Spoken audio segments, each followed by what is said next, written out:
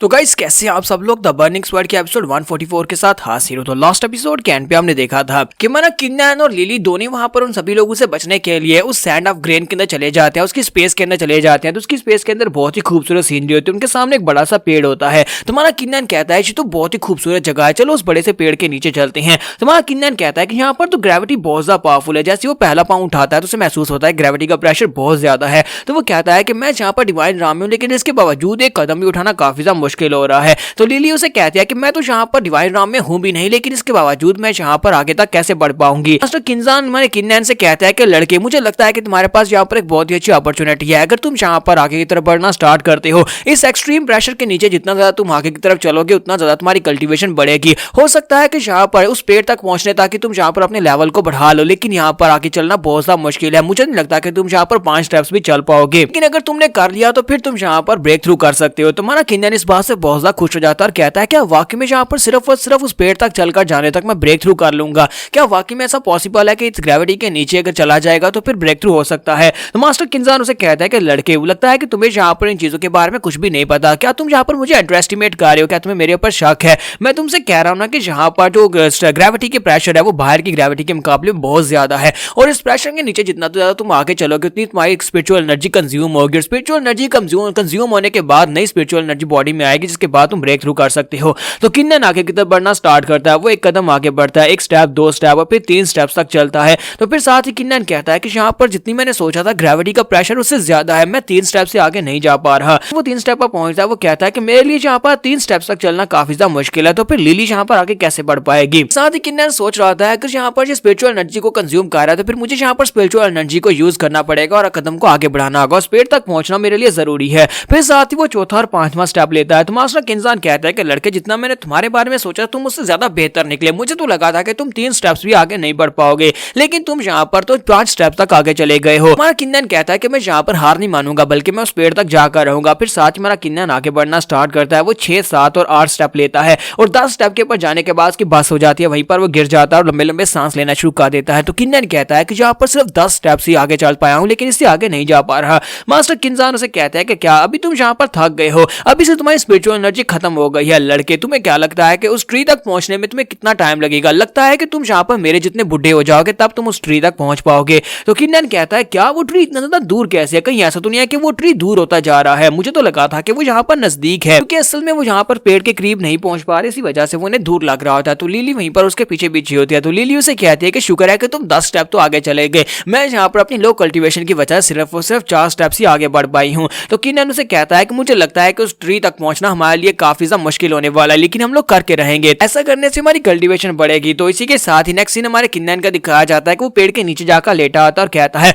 Finally यहाँ पर पूरे 3 दिन लगे, 3 दिन के बाद मैं यहाँ पर इस पेड़ के नीचे पहुंच ही गया हूँ। इतना स्लोली तो मैं जिंदगी में कभी नहीं चला, लेकिन अब मुझे यहाँ पर महसूस हो रहा है कि मैं ब्रेक थ्रू करने वाला हूँ। जबकि लिली अभी पेड़ से काफी ज्यादा दूर होती है और कहती है तुम पेड़ के नीचे पहुंच तो गए, लेकिन मुझे लगता है कि मुझे यहाँ पर 3 दिन और लगेंगे उस पेड़ तक पहुंचने में। तो किन्नन कहता है तो फिर मैं यहाँ पर बैठकर उस बुक की एनर्जी को अपनी बॉडी में अब्जॉर्ब कर लेता हूँ। तुम्हें क्योंकि 3 दिन लगेंगे, तो 3 दिन में मुझे यहाँ पर बुक की एनर्जी को अब्जॉर्ब करने में लगेंगे, तुम आहिस्ता आहिस्ता यहाँ तक पहुंच जाओ। तो किन्नन वहीं पर बैठकर उस बुक को निकालता है और उस बुक को अपनी बॉडी में अब्जॉर्ब करना स्टार्ट करता है। तो जब 3 दिन गुजर जाता है, 3 दिन के बाद उसकी कंप्लीट एनर्जी उसकी बॉडी के अंदर अब्जॉर्ब हो जाती है। तो किन्नन कहता है फाइनली मैंने उस बुक की सारी एनर्जी को अपनी बॉडी के अंदर अब्जॉर्ब कर लिया है। तो लगता है कि अब मेरी स्वर्णशिप पहले से बेहतर हो गई है, क्योंकि अब मेरी पावर्स डबल हो गई हैं। साथ ही वहां पर अपनी तलवार को घुमाकर वो सामने की तरफ एक स्ट्राइक लगाता है। तो वो स्ट्राइक बहुत ज्यादा पावरफुल होती है। लिली कहती है कि ये क्या, तुमने यहाँ पर इतनी पावरफुल अटैक कैसे कर ली? लगता है कि अगर यहाँ पर मेरे जैसे 10 भी हो तब भी वो यहाँ पर तुम्हारे स्टैक को ब्लॉक नहीं कर पाएंगी। मास्टर किन्नन भी उसे कहते हैं कि लड़के, मुझे लगता है कि बहुत ही जल्दी तुम यहाँ पर मेरे लेवल तक पहुंचने वाले हो, क्योंकि तुम यहाँ पर मुझे अपनी याद दिलाते हो। तो मास्टर किन्नन से कहते हैं कि लड़के, अब जल्दी से अपनी कल्टीवेशन चेक करके बताओ कि तुम्हारे कल्टीवेशन लेवल क्या हो गया है। तुम्हारा किन्नन कहता है कि मास्टर मेरा कल्टीवेशन लेवल बढ़ गया है, मैं एक लेवल के हिसाब से आगे बढ़ा हूँ, ये काफी ज्यादा फास्ट है।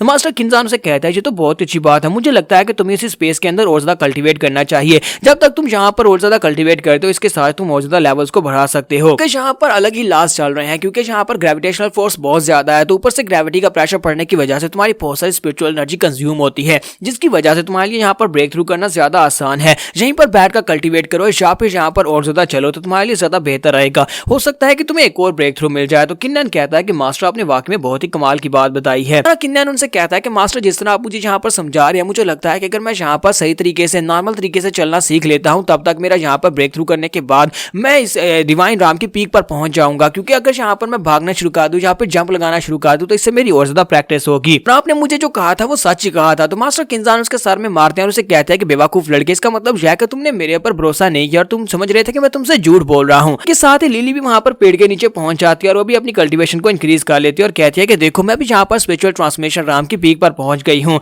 तो किन्नन कहता है ये तो बहुत अच्छी बात है। फिर साथ ही उसे कहता है चलो यहाँ पर भागने की कोशिश करते हैं, अगर हम लोग यहाँ पर चल सकते हैं तो फिर हम लोग यहाँ पर भाग भी सकते हैं। जितना ज्यादा हम लोग यहाँ पर भागेंगे, यहाँ पे जंप लगाएंगे, उतना ज्यादा हमारी कल्टीवेशन और बढ़ेगी। फिर साथ ही लिली उसे कहती है हाँ क्यों नहीं, चलो फिर अभी स्टार्ट करते हैं। तो किन्नन और दोनों वहां पर स्टैंस लेते हैं। सबसे पहले किन्नन ऊपर की तरफ जंप लगाता है। जैसे ही वो जंप लगाने लगता है वो सीधा मुंह के बल ग्राउंड के ऊपर धड़ाम से गिर जाता है, क्योंकि वहां पर ग्रेविटेशनल फोर्स ज्यादा होने की वजह से जंप लगाना पॉसिबल नहीं है। तो उसके मुंह में मिट्टी चली जाती है। तो वो कहता है ये तो बहुत ही बुरा था। तो मास्टर किंजान से कहता है कि मास्टर मुझे लगा नहीं था कि यहाँ पर जंप लगाना या फिर भागना इतना ज्यादा मुश्किल हो सकता है। मैंने जैसे ही वहां पर ऊपर की तरफ जंप लगाया उसी वक्त मेरी बॉडी के अंदर सारी की सारी स्पिरिचुअल एनर्जी कंज्यूम हो गई। तो मास्टर किंजान से कहता है कि तुम्हें क्या लगा था कि यहाँ पर जंप लगाना आसान होगा, यहाँ पर चलना इतना ज्यादा मुश्किल है, तो फिर दौड़ना कितना ज्यादा मुश्किल हो सकता है। दौड़ने के दौरान तो यहाँ पर तुम्हारा और भी ज्यादा प्रेशर ग्राउंड के ऊपर पड़ता है, जिसकी वजह से तुम्हारी बहुत सारी स्पिरिचुअल एनर्जी वेस्ट होती है। किन्नन कहता है कि मुझे जल्दी से जल्दी अपनी एबिलिटीज को बूस्ट करना होगा, कल्टीवेशन को बढ़ाना होगा, क्योंकि मुझे अपने फादर को बचाना है और साथ ही मुझे उस बंदे से बदला भी लेना है जिसने मेरे डैड को यहाँ पर इवल एनर्जी के साथ कंट्रोल किया हुआ है, और अपनी सारी किन फैमिली को भी आजाद करवाना है। तो फिर साथ ही हमारा किन्नन अपने पर प्रेशर देकर वहां पर सामने की तरफ जंप लगाता है। एक ही जंप के साथ वो सामने जाकर गिर जाता है। फिर साथ ही वहां पर वो बार बार प्रैक्टिस करता है। तो किन्नन जब वहां पर बार बार प्रैक्टिस करता है वो भागने और जंप लगाने की, तो लिली वहां पर सोच रही होती है कि अगर जी यहाँ पर अपने फादर को बचाने के लिए इतनी ज्यादा मेहनत कर रहा है तो फिर मैं पीछे क्यों रहूं, मुझे भी यहाँ पर जंप लगाने होंगे और भागना होगा, मुझे भी कल्टीवेशन को बढ़ाना है ताकि मैं हिजा ट्राइब से अपने लोगों को बचा सकूं। तो भी उसके पीछे पीछे वहां पर भागना शुरू कर देती है, जबकि मास्टर किंजान उनको देखकर बहुत ज्यादा खुश हो रहे थे और कहते हैं यहाँ पर न्यू जनरेशन को इस तरह से ट्रेनिंग करते हुए देखकर मुझे भी बहुत ज्यादा जोश आ रहा है कि काश मैं भी जवान होता और मैं भी ट्रेनिंग कर पाता। तो नेक्स्ट सीन हमें केव का दिखाया जाता है जहां पर हमारे किन्नन के फादर उन सभी लोगों को लेकर अंदर आए होते हैं और वो सभी लोग वहां पर माइनिंग कर रहे होते हैं। उन्हें लगता है कि वो वुड एट्रीब्यूट वाला जो एलिमेंट है वो उन्हें यहीं पर आसपास से मिलने वाला है। इसी के साथ एक बंदा भागता हुआ उसके डैड के पास आता है और उसे कहता है कि जनरल हमारे पास यहाँ पर आपके पास एक न्यूज है, हमें हमारे जो कुछ लोग जो थे माइनर्स जो थे वो अंदर जाकर ढूंढ रहे थे और वहां पर डीपर पार्ट में हमें एक दरवाजा मिला है, लगता है कि उस दरवाजे के पीछे कुछ ना कुछ है, लेकिन हम लोग दरवाजे को ओपन नहीं कर पा रहे। तो मास्टर जीवीयू से कहते हैं अच्छा ठीक है मुझे वहां पर लेकर चलो। ये लोग वहां पर उस दरवाजे के पास पहुंचते हैं तो असल में इसी दरवाजे के पीछे वो वुड एट्रीब्यूट वाला एलिमेंट रखा हुआ है। तो वहां पर दरवाजे के पास पहुंचने के बाद लड़का उसे कहता है कि जनरल यहीं पर इसी दरवाजे के हम लोग बात कर रहे थे, इस दरवाजे को ओपन करना होगा, हो सकता है कि इसके पीछे खजाना हो। और इसी के साथ ही दरवाजे के अंदर से जबरदस्त रोर की आवाज आती है, वो एक ड्रैगन के रोर की आवाज होती है। सभी लोग अपने कानों पे हाथ रख लेते हैं और कहते हैं इतनी ज्यादा जबरदस्त रोर की आवाज कहां से आ सकती है, लगता है कि अंदर कोई बहुत ही पावरफुल स्पिरिचुअल बीस्ट है। मास्टर जीवियन लोगों से कहता है कि तुम सभी लोग मेरे साथ आओ, हमें यहाँ पर इस दरवाजे को तोड़कर अंदर जाना होगा। और वो सभी लोग दरवाजे को तोड़ना शुरू कर देते हैं। तो जहां पर हम लोग अपनी एपिसोड 144 का एंड करेंगे और नेक्स्ट एपिसोड में देखेंगे कि दरवाजे के पीछे क्या है। एपिसोड की एक्सप्लेनेशन अच्छी लगी हो तो कमेंट करके जरूर बताइएगा।